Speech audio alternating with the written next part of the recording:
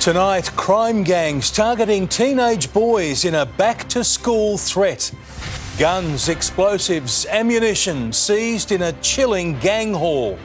A police alert on dangerous firebugs after a $4 million school inferno.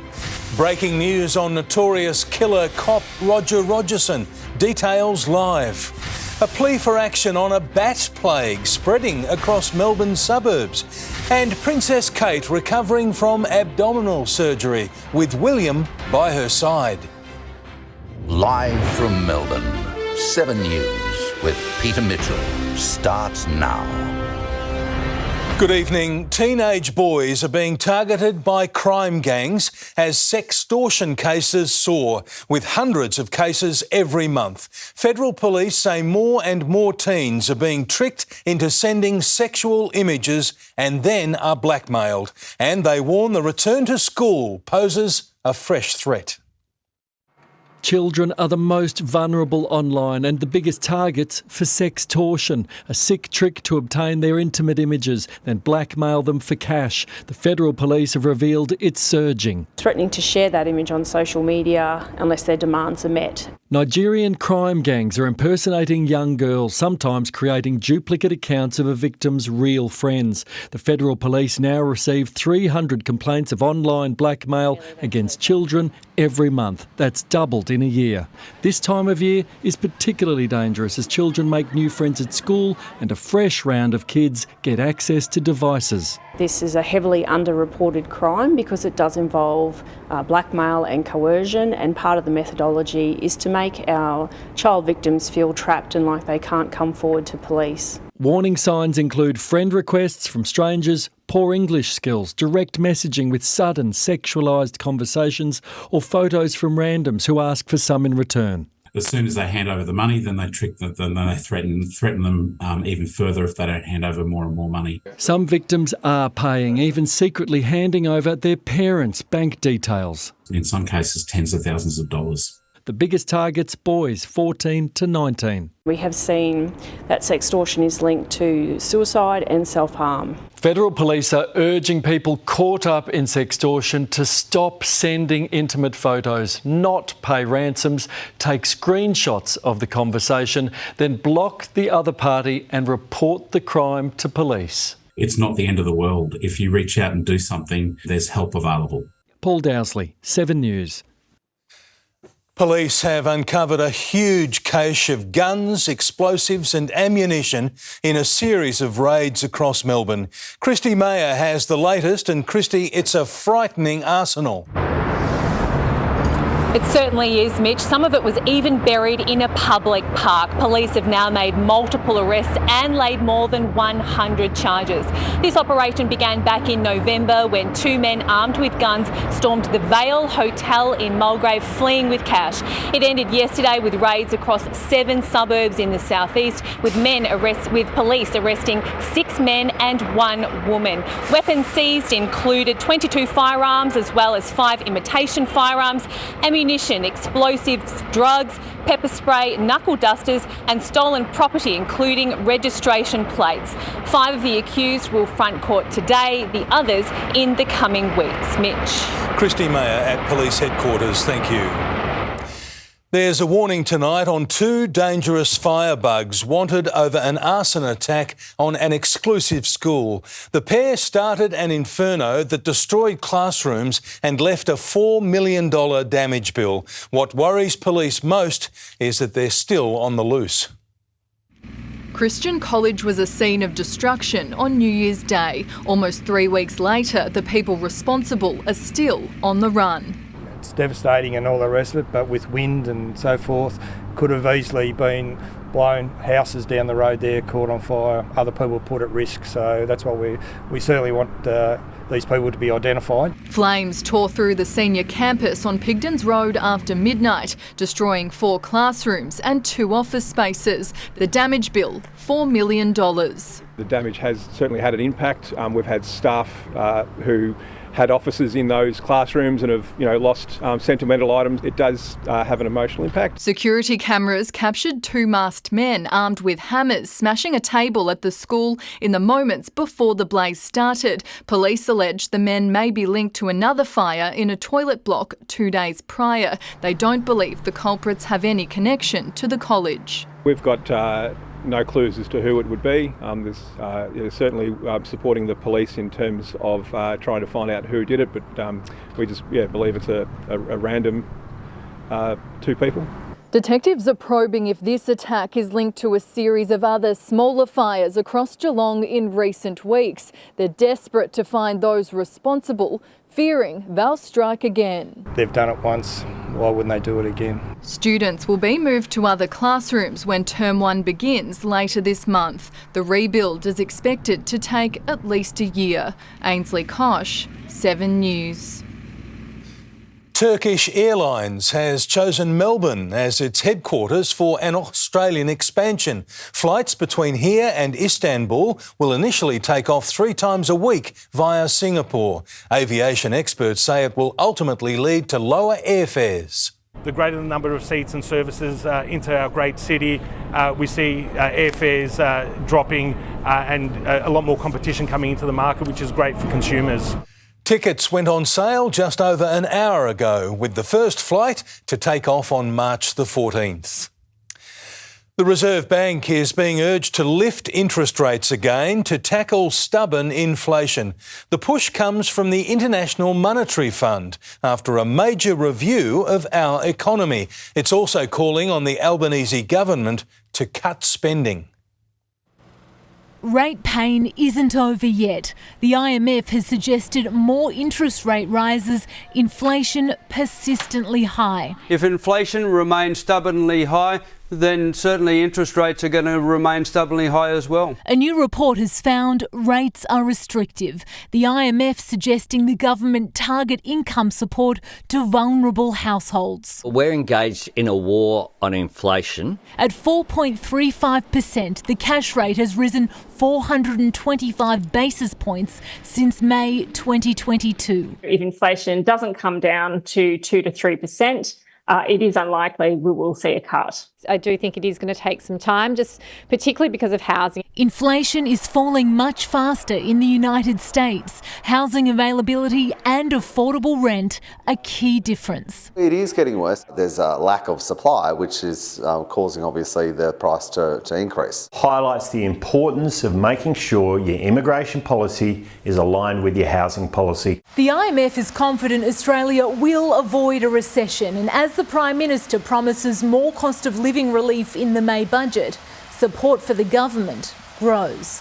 Rising 1%, the latest poll has Labor ahead, leading the coalition 52 to 48%. Inflation now forecast to return to the RBA's target range in 2026. Kind of sucks if you've got a mortgage, but can't do much about it. Isabel Mullen, 7 News. There's breaking news tonight on notorious killer cop Roger Rogerson. The former Sydney police officer could be hours from death after suffering a brain aneurysm in prison. Andrew Denny is outside the Prince of Wales Hospital, and Andrew, Rogerson's life support has been turned off. Yeah, that's right. That happened around lunchtime today, and now we're told it is very much a waiting game here. Roger Rogerson was at one point one of New South Wales Police's most respected officers, then disgraced. His life and crimes in the 80s inspiring a hit TV show before he was jailed in 2014 for life for murdering the drug runner Jamie Gow. That execution and then disposal of his body from a storage facility was all captured on security camera. Last night, the 83-year-old was brought here to the secure prisoner wing of the Prince of Wales Hospital after suffering an apparent brain aneurysm in his cell. Sources tell me, though, that his health had been failing in recent months, with corrective services officers required to bring him to and from multiple medical appointments here at hospital. His death will soon close a chapter that many in the New South Wales Police Force would much rather forget. Andrew Denny in Sydney, thank you. Beer and spirit drinkers could be in for another budget blow, with the tax on alcohol set to soar again next month. The federal government is under mounting pressure to freeze the excise to make sure local manufacturing remains viable. It doesn't pass the pub test. The cost of beer and spirits set to soar again next month when the twice-yearly tax hike kicks in on February 1. Stop taxing us to death. This current rate of tax is unbearable. The 2 to 3% rise means the price of a pint at the pub will cost more than $15. A cocktail will increase from $22 to $24. It goes up twice a year, every year, and that has been the case for 40 years. Bundaberg Rum is one of 600 distilleries affected by the tax, which claims 63% of the cost of a 1 litre bottle of spirits. It's waging war, launching a campaign to pressure the federal government for urgent reform. What we are asking the government to do is to freeze the tax immediately. If not, the industry says local manufacturing is at stake. What it actually means is they're going to lose jobs. They're going to have to make decisions. Where do I cut the costs within my business? The spirits industry alone will pay around $5 billion in excise this year, making Australia's tax the third highest in the world. We are 7 times higher than in the US.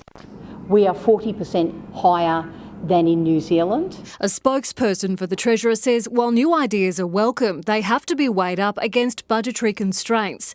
Just another cost that's hard to swallow. Samantha Heathwood, 7 News.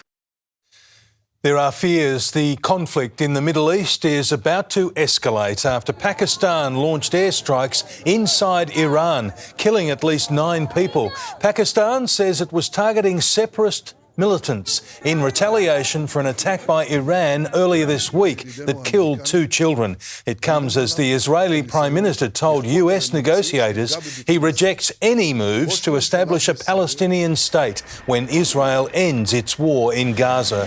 More than 24,500 Palestinians have now been killed in Israeli strikes since October 7th. Queen Camilla has reassured the public as the King prepares for a surgical procedure.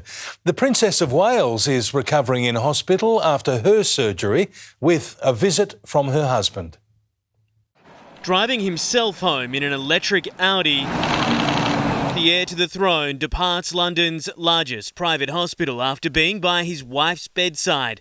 Their diaries cleared of official engagements. Kate is facing a fortnight in hospital after planned abdominal surgery. The 42-year-old princess is said to be doing well. The only working royal today, Queen Camilla. Good morning, Your Majesty. In a frosty Aberdeen, queried about her husband's health. How's His Majesty? He's fine, thank you very much. Looking forward to getting back to work. The King is in residence at Burkhall, his Scottish home close to Balmoral. He'll undergo a procedure next week, treatment for an enlarged prostate. The revelation of his diagnosis having an impact, causing a 1,000% increase in hits on the UK Health Service's advice webpage for the condition. With 3 of the most senior royals now out of action, the slimmed-down monarchy is particularly slim. Princess Anne and Prince Edward, the most likely to be called upon to step in. With Princes Andrew and Harry unavailable for duty, the Queen soldiering on. In London, Hugh Whitfield, 7 News. Melbourne NBA star Josh Giddy has returned to the basketball court after US police dropped their investigation into claims he had a relationship with an underage girl. And for you, are you kind of glad this issue's been resolved and kind of like focus back on basketball again? Yeah, I mean, I get, you're going to ask that, but I don't have any comment regarding that situation. The girl's lawyer says it wasn't a surprise as his client chose not to speak to investigators. Back home, bats are being driven into suburbs across Melbourne and into backyards because of a food shortage. It's leaving many starving and stranded, overrunning wildlife carers desperate for help.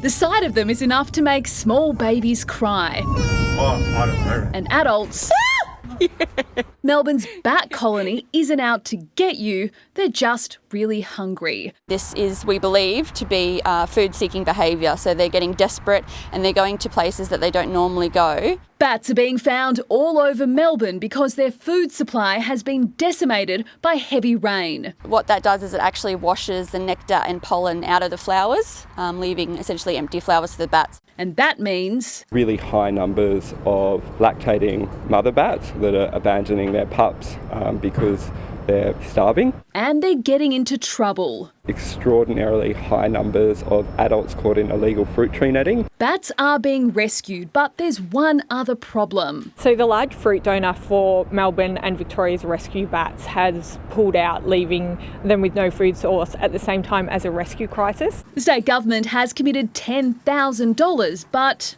that will barely cover just a couple of months, and we urgently need a large fruit donor, an orchard, a farmer or a market in Melbourne. If you find a sick or injured bat in your backyard, the advice is to stay away and call your local wildlife rescue organisation. There are fines in Victoria for harassing bats. That will cost you up to $3,000. If we don't have them, we lose ecosystem for things like koalas, all our native parrots, and all the other animals we've come to love. Chanel Vella, 7 News. The Australian Open is under pressure to change a key rule after players were left on court until nearly 4 o'clock this morning. Ainsley Kosh is at Melbourne Park, and Ainsley, players say it's happened too many times. Yeah, that's right, Mitch. There are calls for major changes to be made after Daniil Medvedev and Emil Ruusuvuori battled it out until almost 3:40 this morning. 5 sets and 4 hours. That's one of the longest Grand Slam matches in tennis history. Medvedev told the crowd they were strong for staying awake until almost 4 a.m, noting he would not have done the same. Honestly, guys, I would not be here. Thanks for staying.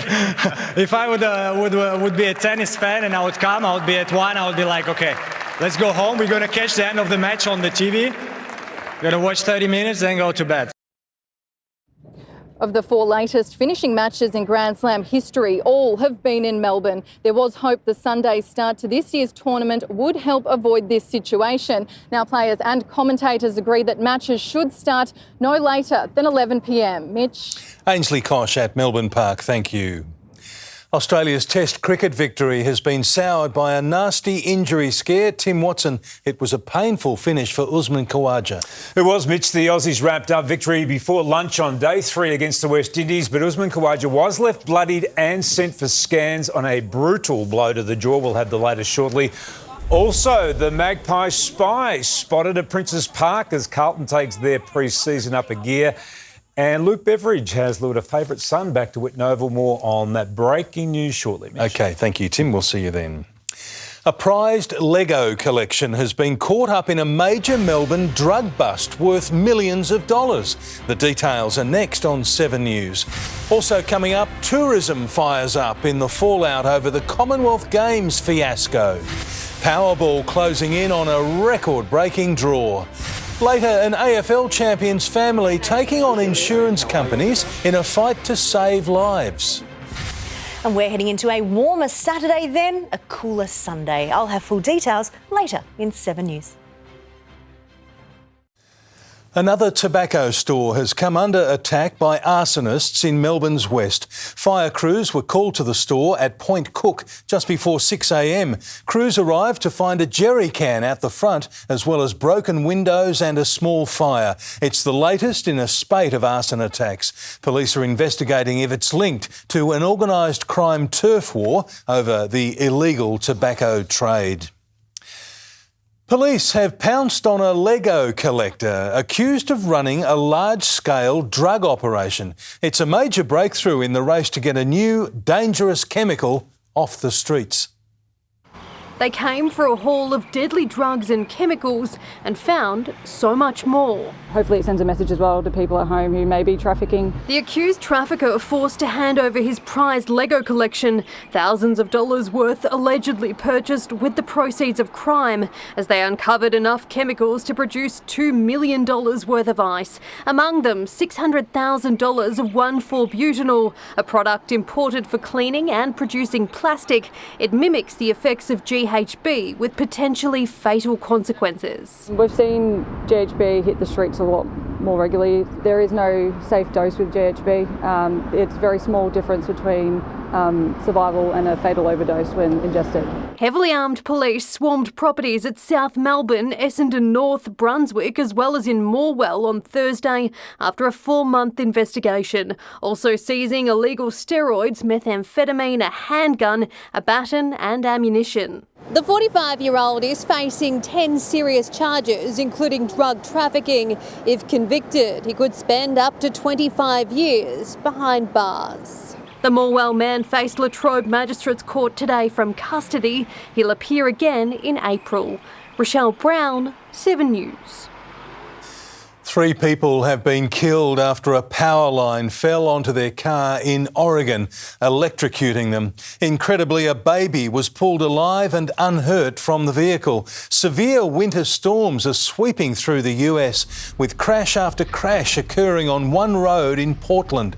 More than 60 million people are under weather alerts across the country, and some areas have received almost a metre of snow. Victoria's tourism industry has fired up as the Premier tries to repair damage from the Commonwealth Games fiasco. While praising an $8 million announcement today, tourism officials described part of the overall compensation package as woefully inadequate. The government wants to help tourism operators reach for the sky. After the Commonwealth Games cancellation, the government allocated $170 million for tourism areas, but the industry worries only $60 million is for infrastructure. They want that almost doubled. $60 million in an infrastructure fund to support development all across the state is woefully inadequate. Today, the government announced $8 million will go into an enabling fund to plan tourism infrastructure. For instance, to help a winery pay for feasibility studies and design of accommodation. This is anything that related to infrastructure. That's a vision of someone bold and innovative who wants to do something that is above and beyond your ordinary. And this is an important support to take the concept to reality. The industry likes that part of the plan. This has actually been a really positive ingredient, if you will, to us developing new tourism experiences in Victoria. And during this busy school holiday period, some tourism areas have been devastated by floods. Operators desperately need state and federal help now. They are really struggling. They're having a very hard time.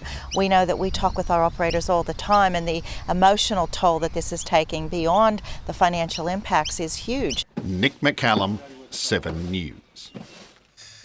If you were hoping to be Australia's newest multi-millionaire, you're still in with a chance. The Powerball jackpot has risen to $150 million after last night's draw failed to produce a winner. It's the 5th consecutive week without a win, and the prize is now the 2nd largest in Australian history. Teenagers are driving a home invasion crime wave. Next on 7 News, the calls for tougher laws in a crime crackdown. Also, the health shock for women that has our doctors baffled. Police failures laid bare over a school massacre.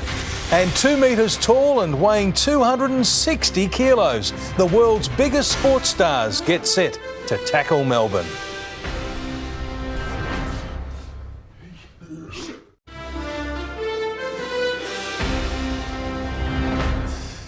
There's a spike in youth crime across Melbourne, with break and enters up 80%. The state government is facing mounting pressure to rethink its bail reform as a fresh wave of teen gangs target homes across the inner suburbs. Melbourne is no stranger to home invasions. My own electorate's been a target of it this week alone. 6 homes hit in just one night. And they're not slowing down. People are not just jumping at shadows, they're actually jumping at real reports. New crime figures show over the last 12 months, home invasions rose from just over 4,000 to 5,590. Broken down by council area, Boroondara saw an 87% increase, with 288 homes targeted. Sardinia rose by 80%, with more than 100 break-ins. There was a 77% increase in Glen Ira, while home invasions in Bayside were up 42% and Stonington increased by 30%. Youth that are actually undertaking the break and enters and the home invasions are actually passing on things that are stolen to other people in organised crime gangs. Overall crime is up 9.8%, rising from 342,000 criminal incidents in 2022 to 376,000 last year. The opposition wants the state government to rethink its bail changes. At the moment, you face a much higher test to get bail again. Under Labor's changes, you'll face the lowest test. The state government was forced to hit pause on its youth bail changes last year following several incidents that involved teenage offenders. That is set to be revisited when Parliament returns next month. This is a key area of priority. There's not one simple answer. Chanel Vella, 7 News.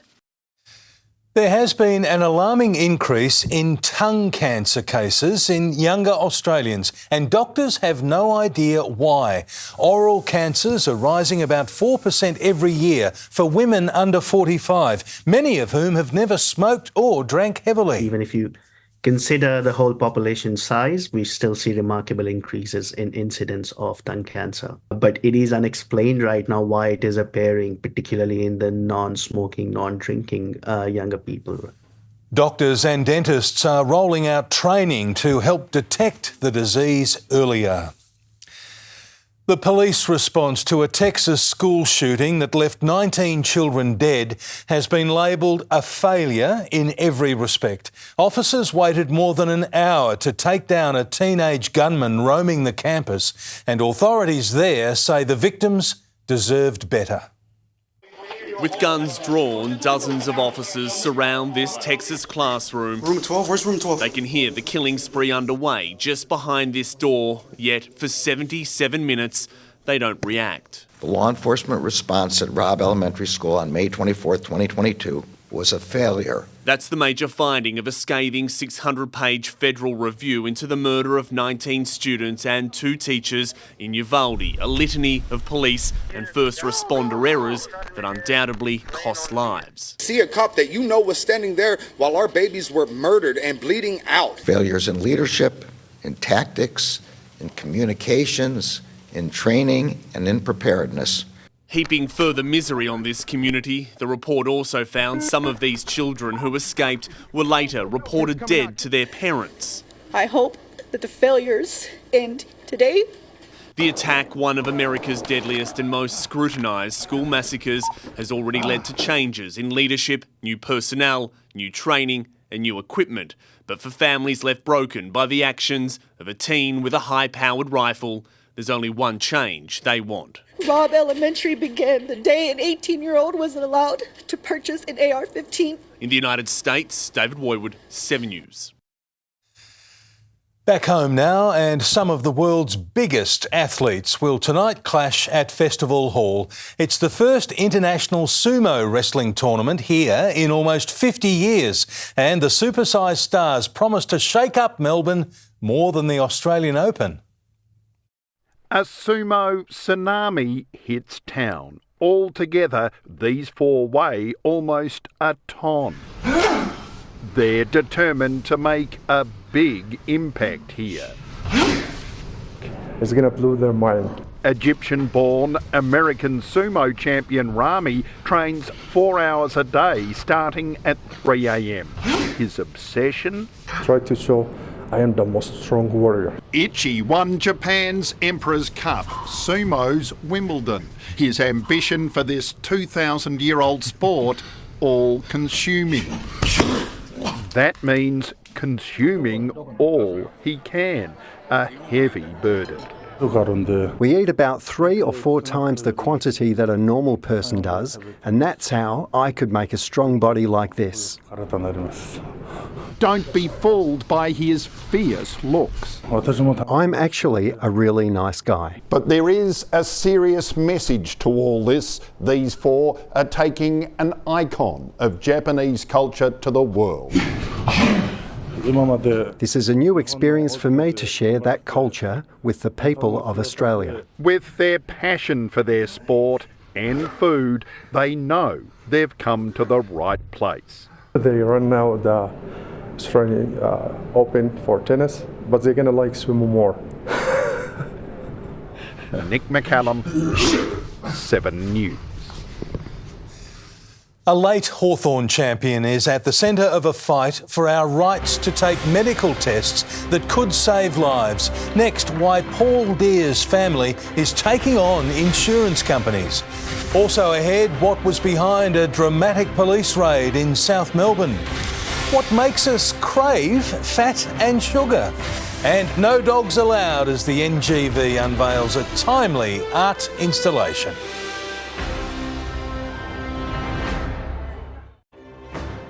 Heavily armed police have swarmed a home in South Melbourne hunting for a dangerous suspect. The critical incident response team was on standby as police looked for the man after a tip-off this morning. A gym next door was locked down with around a dozen people inside, and City Road was closed to traffic, but a search revealed the property was empty. Australian shares bounced back after a 4-day losing streak. The ASX 200 has closed 75 points higher. 10 of the 11 sectors ended in the green. Tech, the biggest mover. A rebound in commodity prices saw our mining giants climb, and the big banks also rose. $1 Australian dollar is currently buying just under 66 US cents.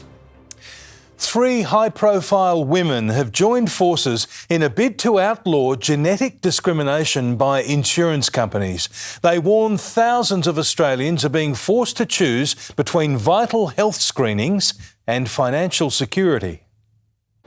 Cherie Deer is grieving her late husband, Hawthorn legend Paul Deer, who died from pancreatic cancer in 2022. Deer ran in for his second. It's a goal! The champion left behind a family and a precious DNA sample, which could reveal whether his children have inherited family cancer genes. It is concerning from my children's point of view. I mean, it's predominantly from Paul's side of the family, the cancer history. Cherie is fighting for her children's right to be genetically tested without the risk of future discrimination by life insurance companies. She's helping these brave women lobby government for a total ban on the commercial use of genetic test results. I shouldn't have to choose between my own life and my partner's financial security. A third of proactive Australians who undergo screening are refused life insurance or charged more. It is time for Australia to catch up with the rest of the world and to protect people's genetic data properly. The federal government is calling on the public to make final submissions to its consultation by the end of this month. The more people who raise their voice, the more powerful their voice will be. Testing can save lives. Insurance can improve and prolong them. That money that we were able to access before Paul passed away meant that he died in the best possible way. Jackie Quist, 7 News. Fat and sugar can be an irresistible combination, and US researchers now claim to know why. A study has found they have their own distinct neural pathways, and together they deliver a 1-2 punch to the brain's reward system, making us crave more of both. An excess of the two in a person's diet can significantly increase the release of dopamine and lead to overeating. The late David Hookes has been honoured on the 20th anniversary of his death at Adelaide Oval. His former teammates Wayne Phillips and David Ragat rang the bell before play. A bat was also placed against the stumps. You and I played with him when he used to be not out at lunch or tea. He would leave his bat up against the stumps. The former Test cricketer died after being coward punched by a bouncer at a St Kilda hotel in 2004. Victoria's gallery goers are being encouraged to bring an old tennis ball to the NGV and swap it for a new one. Their latest exhibit includes more than 8,000 tennis balls inspired by the artist's dog and its love of playing fetch. The interactive show is running until next Sunday. Sport is next with Tim Watson. And Tim, it was a scary finish in Adelaide for an Aussie star. It was, Mitch. Usman Khawaja was sent for scans after a nasty blow to the jaw. Could it open the door now for another batting order reshuffle? More on that next. Plus, breaking news as a favourite son makes his return to the kennel. The reigning premiers swoop into enemy territory as a former Blue faces a pre-season setback. And the tennis stars on an Australian Open collision course after a late-night dummy spit at Melbourne Park. Balanced in his, because otherwise, look at those three. Welcome back. Usman Khawaja has been cleared of a fractured jaw after a nasty blow soured Australia's win over the West Indies. Khawaja will be monitored in the coming days, with the second test starting in less than a week. The Aussies wrapped up victory before lunch on day 3. Usman Khawaja leaving hospital this afternoon, cleared by scans of serious injury earlier at Adelaide Oval. A serious scare. Well bowled, and Khawaja struck in the helmet. A Shamar Joseph bouncer close to 140 kilometres an hour hits Khawaja's chest, then head. Maybe come up underneath the grill. Yeah, it's that ricochet back up towards the jaw or the chin. Bleeding from the mouth. He seemed okay, just a little bit of a sore jaw, so yeah, monitor it. Forced to retire hurt on 9 but cleared of concussion, his captain hoping Khawaja will play in Brisbane's second test starting next Thursday. I think it's 6 or 7 days, but you've got to pass all steps. About to play Big Bash, Matt Renshaw on standby. Have you spoken to Uzi? Yeah, I texted him just hoping he was all good. He said he's fine. The Windies wilted, facing Australia's fast bowlers, especially Josh Hazlewood. His 11th 5-wicket haul, pipped for player of the match by hometown century maker Travis Head. I've played a lot of cricket here, so nice to get some results in Test cricket. 2.5 days, the shortest test ever played in Adelaide. Andrew McKinlay, 7 News. Glenn Maxwell has stood down as Melbourne Stars captain. The Aussie white ball superstar told his teammates after the Stars missed finals for a 4th straight season, Maxwell has been skipper since 2018. To tennis, and the big guns are flexing their muscles on day 6 of the Australian Open. Defending women's champion Aryna Sabalenka served up the first 6-love win in 3 years, while Jannik Sinner and Stefanos Tsitsipas move closer to a quarter-final showdown. Love all around the courts at Melbourne Park today. Jannik Sinner feeling it. Goodbye. And it is 6-love. Stefanos Tsitsipas serving it. And Coco Gauff, top seeds in a hurry to get off court. Defending women's champion Aryna Sabalenka dishing up a double bagel, knocking out Lucia Sarenko. Where would all this competitive energy go if you weren't a tennis player? Well, it's definitely boxing. Boxing? Her match barely lasting an hour. Daniil Medvedev on court for 4.5. So much for avoiding crazy early morning finishes. This one is gonna for sure stay in my memory. What is it, like 3:40 in the morning? It's late. Starting the slam on a Sunday was designed to avoid matches like this. Medvedev didn't start until after 11 last night, watching on as fellow Russian Anna Blinkova sent third seed Elena Rybakina packing.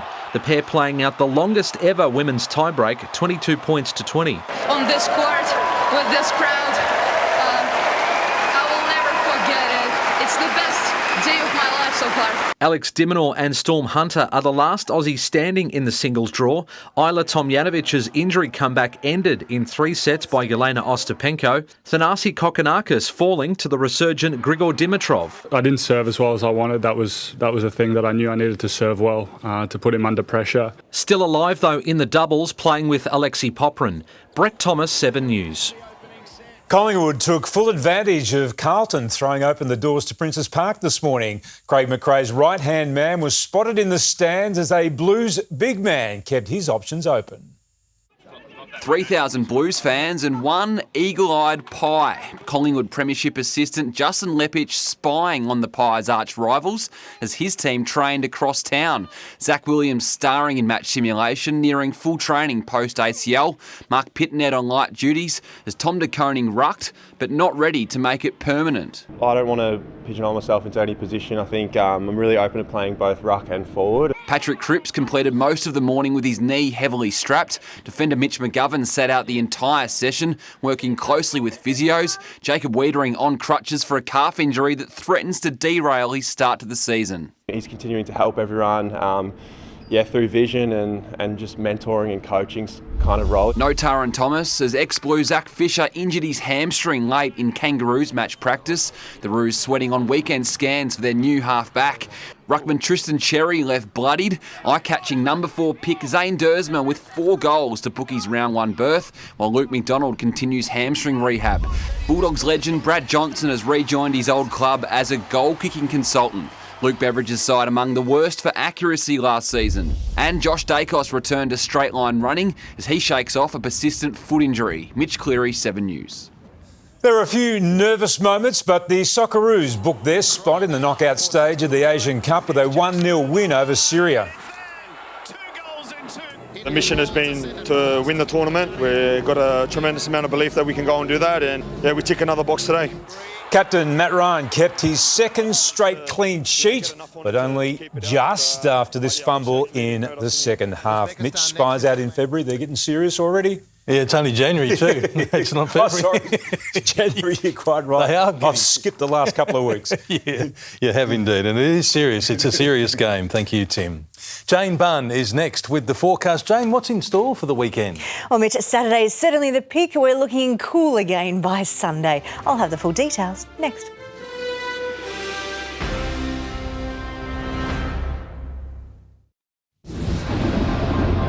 Hello again. We are set for a warm Saturday before it goes downhill again on Sunday. Most beaches were dreary this morning, lighter winds but grey and drizzly. In the west, cloudy and calm. Then the cloud started to break up late this afternoon before clearing just enough for a nicer end to the day. It reached a top of 21 in the city. That was later after the grey sky retreated. Drizzly showers crossed eastern suburbs, generally not adding up to much. However, Frankston did record 10 millimetres, Mount Dandenong 15.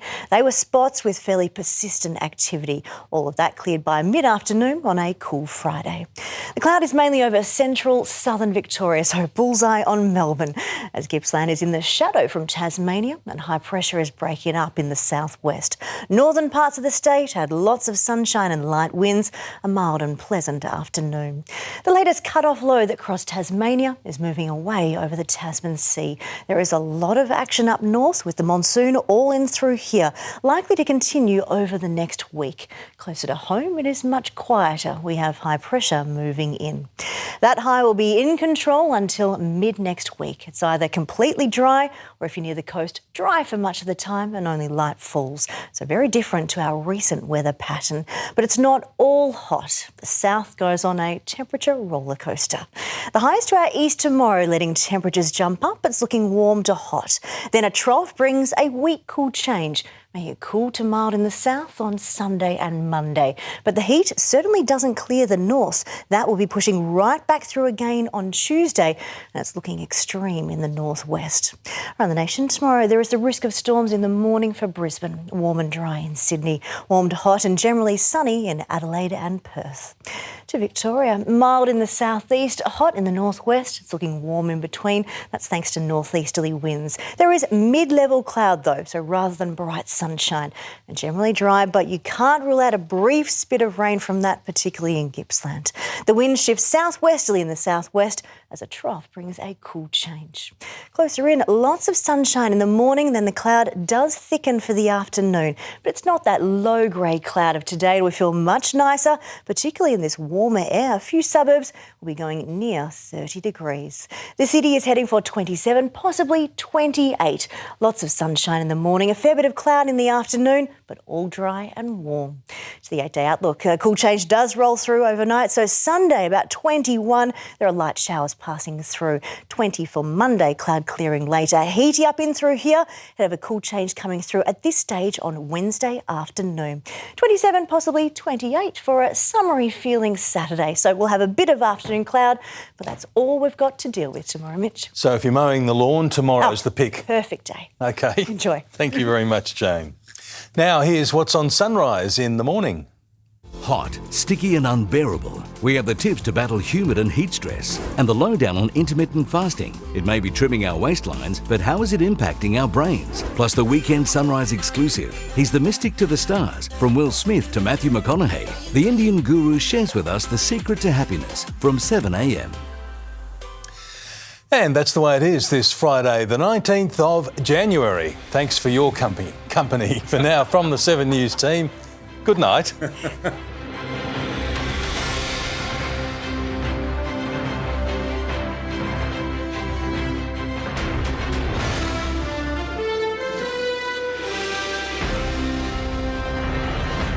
Stream 7 News anytime, live and on demand on 7plus. And with 7news.com.au, you'll know the news now.